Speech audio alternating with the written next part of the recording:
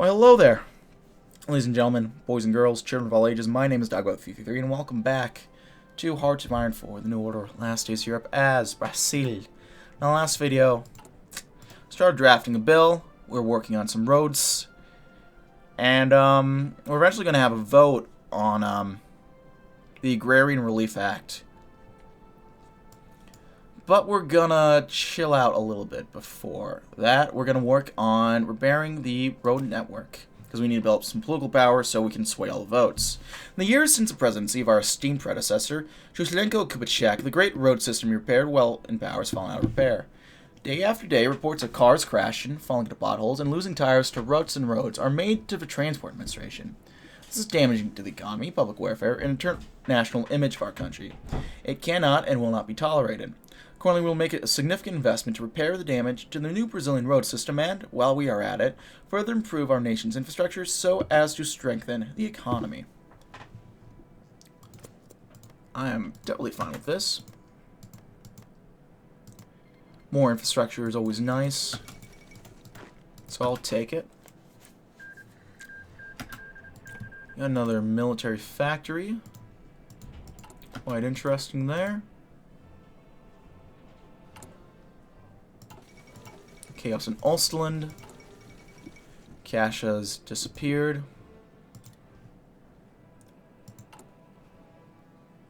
And yeah, everything's just sort of falling apart now. More trouble in Germany.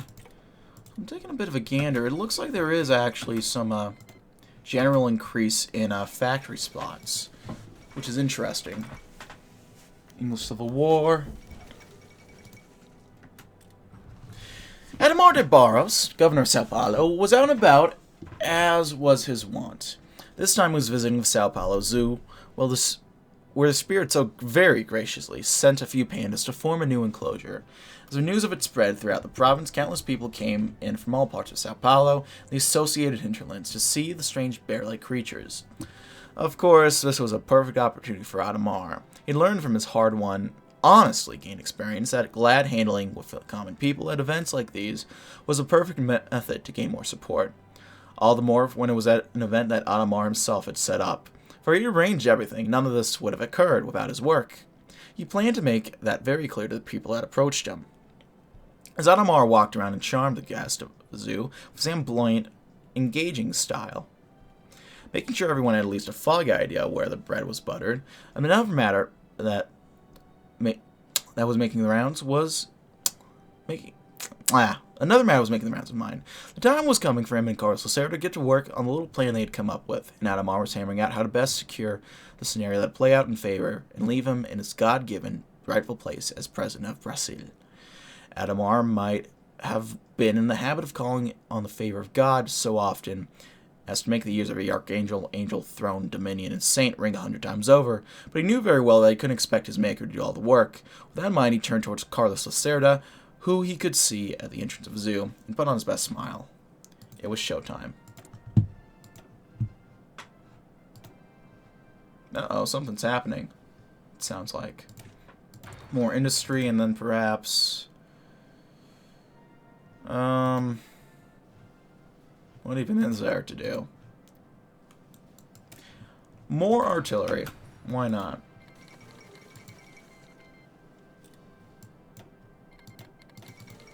There goes Ostland.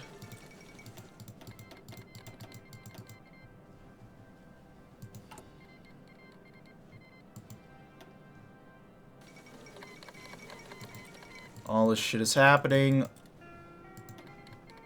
Yep. Man. This shit is whack.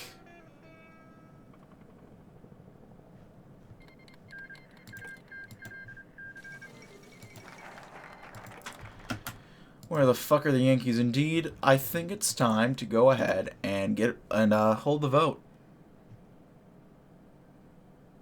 Actually, let's hold off on the net and do the Neves plan real quick. With the completion of the plan of Tancredo Neves for resolving the economic malaise, economic growth has been achieved and the debt crisis has been resolved for the time being.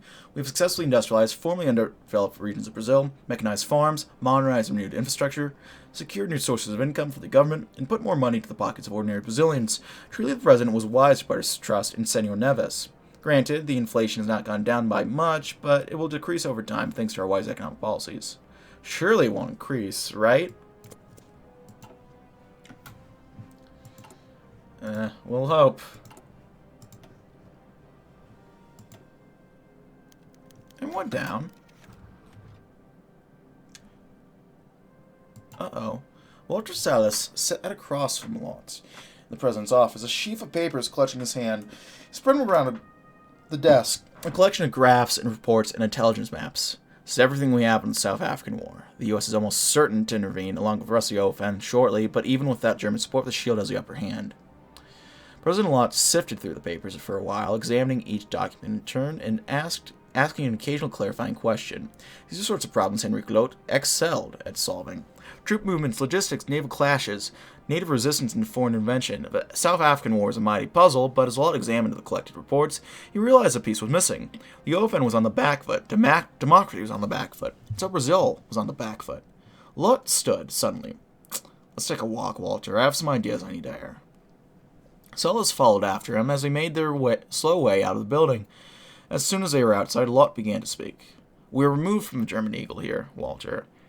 South America has already faced German aggression. The war will stop this. But how long can this war last? The Germans are at their weakest point in the decades, but they are already rebounding. Standing by would be criminal. I'm railing, Walter. He suddenly turned around and stared at Sellers. No matter what happens, I will not allow fascism to extinguish another democracy. Brazil will stand with South Africa, or you can call me Enrique Silva. We walked for a while, discussing how we would spin this intervention. Brazil to the rescue.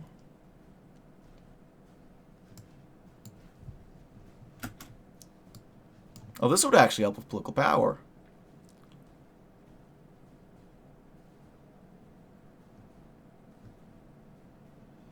Yeah, 7 days, another 7 days. Get 50 political power. So we can potentially ease over the PSP. Definitely the PSD. And let's go ahead and Brazil to the rescue. Millions of our Lusophone brothers are oppressed by the Nazi tyranny in Angola and Mozambique. Worse yet, millions of South Africans are now also in danger of being put under the Nazi jackboot. Brazil can neither can nor will allow such a terrible state of affairs to continue without intervening. Just as the Prussian cavalry arrived at the last moment and saved the British at Waterloo, the Brazilian army shall come to Africa and save the Anglos again. Even better, the collapse of the African Reich Commissariats will make Brazil the main naval power in the southern Atlantic. God, my voice is getting hoarse. I've been recording too much. Thereby decisively ending the naval conflicts that we have had to fight for the past 20 years. The President has ordered, and thus it shall be so. We shall go to war to support South Africa. Ooh, speaking of supporting South Africa, it's a mighty pickle they seem to be in. Although, they seem to be, I don't know. Lott coughed twice before speaking. Let's get this out of the way immediately. I intend to join the OFN defense of South Africans against the Shield. Do any less to allow fascists to continue their campaign of murder unchecked. Lott sat down at the head of a long meeting table, looking at the assembly of generals before him. The other end sat Odilo Denise, War Minister. To his right sat Quadros. The meeting would decide once and for all the Brazilian response for South African War.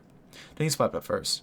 I think I speak for the entire military command when I say we agree, Mr. President. We are already preparing our offensive against the Shield, so I recommend we get right into the planning, if there are no objections. Everyone around the table gave varying grunts of affirmation, nods, and even the odd, yep, I'll accept one. Do you want the Germans to shoot our heads off our necks? There's already a goddamn continent full of Nazis. Why antagonize them? Whenever Barry, or whatever poor son wins their civil war, they're going to nuke us into paste. I object! Quadros had fully stood up now, and banged his fist on the table at the end for good effect. He slammed his hands down again and sat back in his seat, red-faced and puffing.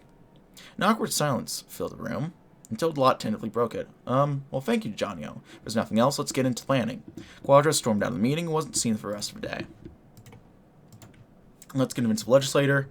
Political articulation is a difficult thing, but thankfully the president has got figures like Tancredo Neves and Edna Lott to engage in the requisite smooth talk for legislatures. The good part of fighting with side of Americans is that the UDN will be easier to convince, with Carlos Lacerda also showing strong support for the war. But there are still those strongly isolation members of the PTB that might need a bit of encouragement. Through reform agreements and occasional bribe, the road to an intervention shall be de-obstructed, and the legislatures will one by one come around to Brazil intervening on South Africa's behalf. I'm counting on it.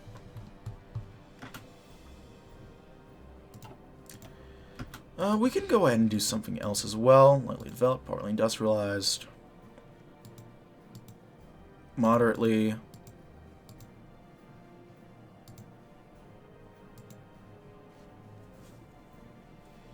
Let's subsidize mechanization a little bit.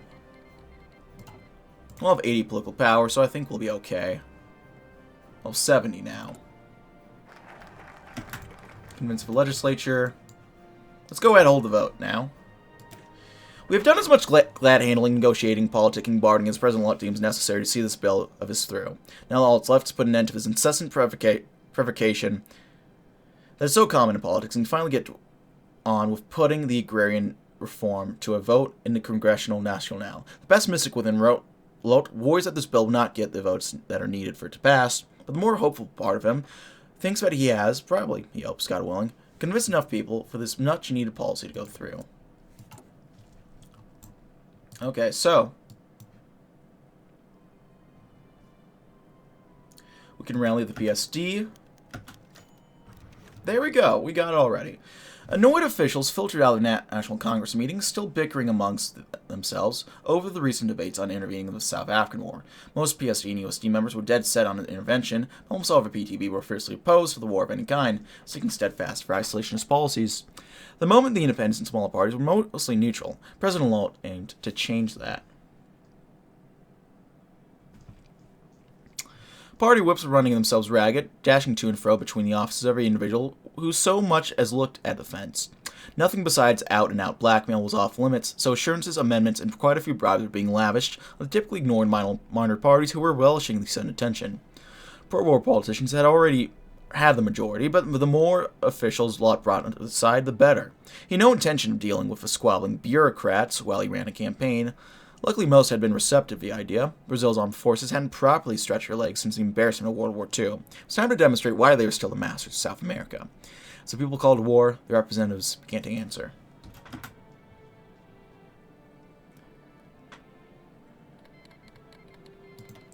So we got, I think, 2 extra PSD members in.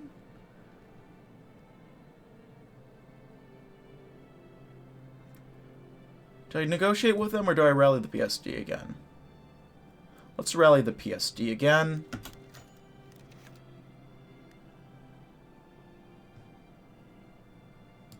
Yeah, there we go. Give us a nice little buffer in case something happens. So, with that out of the way, does anyone have any questions? Get fucked! Gilmar smiled awkwardly at the profane, shriveled farmer woman at the front of the crowd. What was she, 80? Whatever she was, she led the coalition of local farmers, natives, and incredibly bad-mouthed elders that had shown up to enforce to brigade Gilmar's announcement. When he got the news that the Trans-Amazonian Highway had finally been hooked up to Maraba, and he was scheduled to make the announcement, Gilmar had been very excited. So a chance to see the public get some well-deserved publicity. Expected cheers, flowers, general excitement, anything but this. You cut my goddamn farm in half, jackass! How many more trees are you gonna cut down, dumb fuck? One of your idiot workers let my cows out. They're fucking gone. A crowd of dirty peasants had shoved their way into the middle of the crowd halfway through his speech, and they hadn't shut up since. Gilmar knew the crowd that there was some unrest about the highway, but seeing it manifest like this was unnerving. It's probably time to make an exit. Wait, was she holding rock? Thank you, that is all. Asshole. Running from a crowd isn't unusual for Brazilian bureaucrats. Yeah, we got a nice buffer going. I think this is totally reasonable. I'm happy with how this is turning out. The Siberian Black Army is making some pushes. Ooh, canal riots.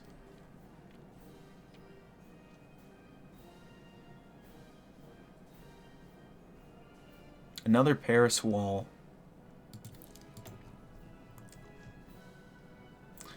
So much for that wall in Paris, though. Well, the vote is active. I think we're doing pretty much everything. I think we're good.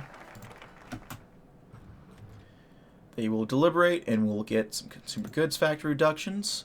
So let's get back to convincing the people. Now let's do CIA contracts. CIA is everywhere, and there's little we can do to completely root it out of our country at the moment. However, President Lott can still talk with his American friends about using it to influence public perception to favor the war through the creative methods that the American intelligence services know best. The CIA and other American factors can take care of a task that Lott does not want the Brazilian government to get involved in. Letting them take care of the bribes, intimidation, and so on will aid Brazil's efforts to join the war and be a victory for the free world.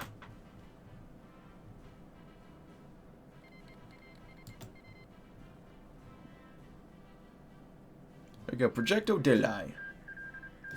It's about to be finished, and I think we got it. CIA contacts.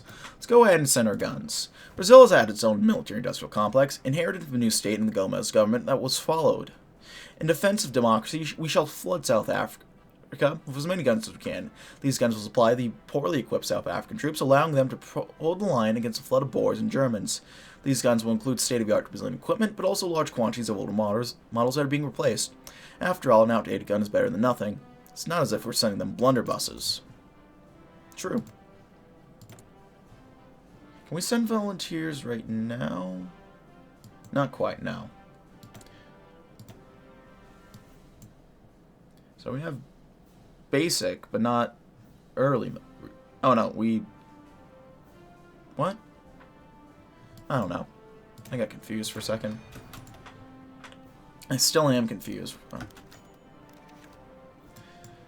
Celebrations across Brazil's farm can be heard all across Brazil's farms today. The Senado passed the Agrarian Relief Act.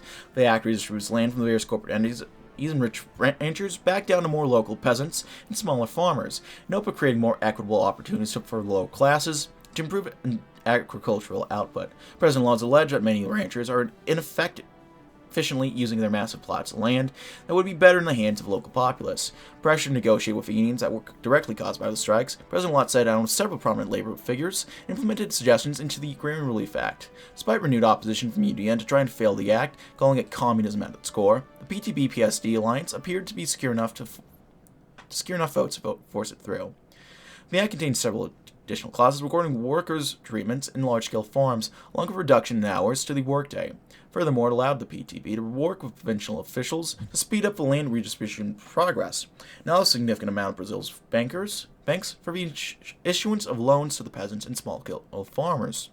Some ranchers, unwilling to surrender such large swaths of their wealth, apparently fled the country completely. With such a strong land reform, many in Brazil are wondering how the following piece of legislation could even possibly top this one.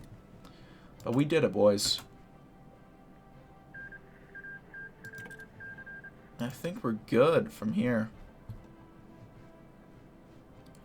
Although the Boer Republic is eating South Africa too, which is not nice at all. Not even remotely.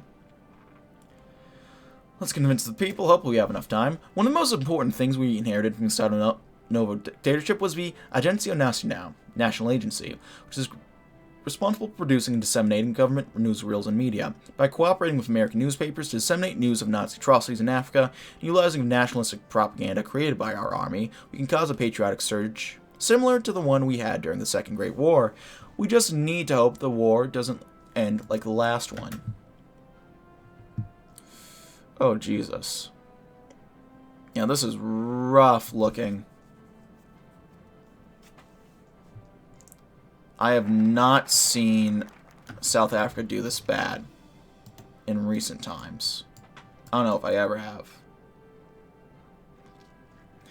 Thank you for tuning into Radio MEC, but before we get back into this music, I've asked to share a little story for our listeners.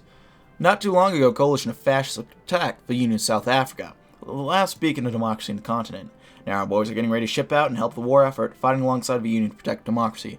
Problem is, a lot of you think this is a bad idea. An awful lot of you would rather let the fascists win, let them keep up their mass murder and oppression of our brothers and sisters across the sea. So I've got a little story to share with you.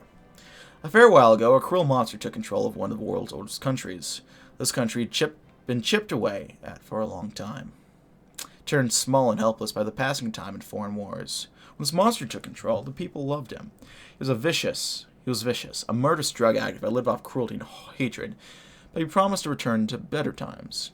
This monster slowly grew in power, grew its armies, but the nations around him did nothing. Were they afraid? No. The monster could have been stopped at any time, but no one would take the time to put an end to him. They were too apathetic, too sure of their own victories and glory. Finally, the monster and his armies attacked one of the nations surrounding them. The nations cried out for help against the cruel hordes that ransacked its natural beauty and free society, but they were ignored. The monster destroyed this country and brought its ruined lands into its own hateful society. With these new lands and industry, the monster turned its attention to gathering an even larger army, until eventually it eclipsed even its old powerful neighbors. From there, it took hardly any effort to destroy everything in sight. It turned on its old allies, and the monster lived off of death and cruelty for a long, long time. Let's kill this monster in its crib. And it is almost 1:30 a.m. I gotta wake up at 8 for the gym. Do I cut it early? I think I'll give you guys a shorter video today. I'm going to cut it a little bit early, boys. Thank you as always for watching. If you like this video, leave a like. If not, feel free to dislike. If you want to see more of this content feature, hit the sub button for more uploads every weekday, as well as every Saturday. If you have any comments, feedback, concerns, anything sort, leave it in the comment section below. I read all comments I get and appreciate any all feedback you might have for me. Let's promote some loyal officers real quick, actually. If you comments, feedback, concern, if you have any, let me know. If you want to send bucks away per month, I have Patreon. If you want to see me do it sort of live, but Discord or Twitch. If you want to chat, play games, do anything of that sort, I have a Discord down link below.